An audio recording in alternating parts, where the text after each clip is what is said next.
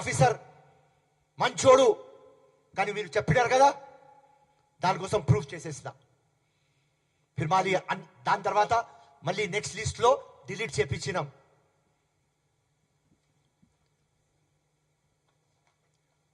7th ఈ ఓట్లు delete అయితలేవు. Elections notification వచ్చేసింది. కమిషనర్ అప్పుడు సందీప్ షిండాలియా గారు చాలా ఆనెస్ట్ అప్రైట్ ఆఫీసర్. ఆయన దగ్గర పోయి, సార్ మీ హెల్ప్ కావాలి, ఈ దొంగ ఓట్లు పోతలేవు, హైపర్ సెన్సిటివ్ బూత్లు ఉన్నాయి, నాకు పారామిలిటరీ కావాలి.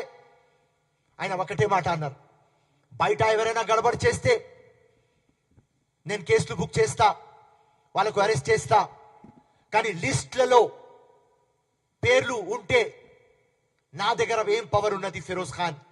ఇలా సార్ మీరు కేసులు బుక్ చేయండి నేను కంప్లైంట్ పెట్టినప్పుడు. ఇది మా కమిషనర్ గారికి ఇచ్చిన తర్వాత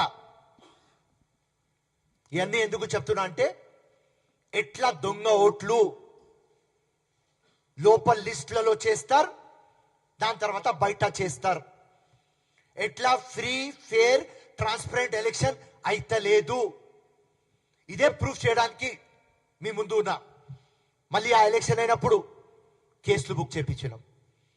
ఆ కేసుల బుక్లో ఎలక్షన్ కమిషన్కి నేను చెప్పిన, సార్ వీళ్ళు మొత్తం డూప్లికేట్ ఐడీలు యూజ్ చేస్తారు sir,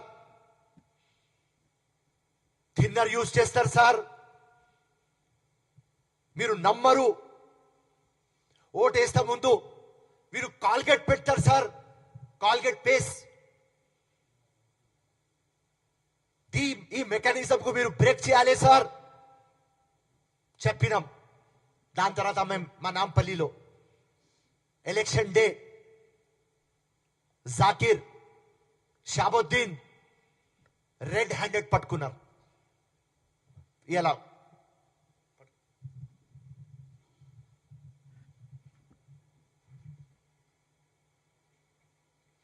red handed bogus identity cards, thinner, cotton, దీంతో పట్టుకుపోయి. ఇది ఎవరితో లింకు? ఇది ఎవరితో లింకు? ఈ పెద్ద శర్వాణి, అందరికంటే లంగా దొంగ ఫెలో వీడే. వీడి గురించి చెప్తా కొద్దిగా టైం అయిన తర్వాత. ఇట్లా కంటిన్యూస్లీ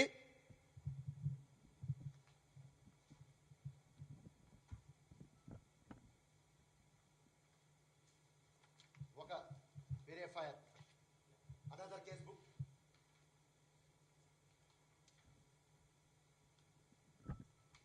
మళ్ళీ ఒక ఫైర్.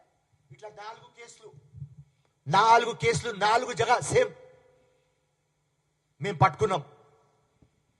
పట్టుకొని కమిషనర్ ఆఫ్ పోలీస్ ఇమాందారు ఉన్నారు కాబట్టి వాళ్ళ మీద కేసులు బుక్ చేపించినాం.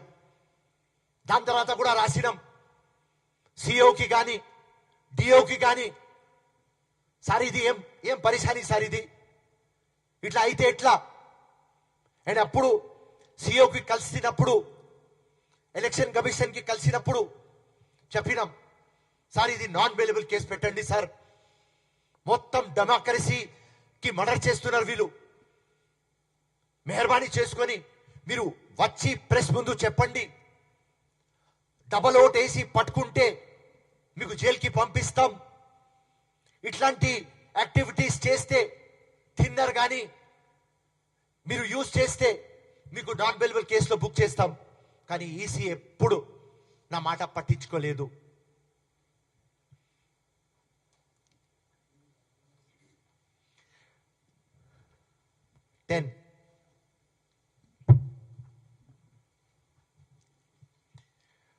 అప్పుడు చీఫ్ ఎలక్షన్ కమిషన్ దగ్గర పోయి కూర్చున్నప్పుడు,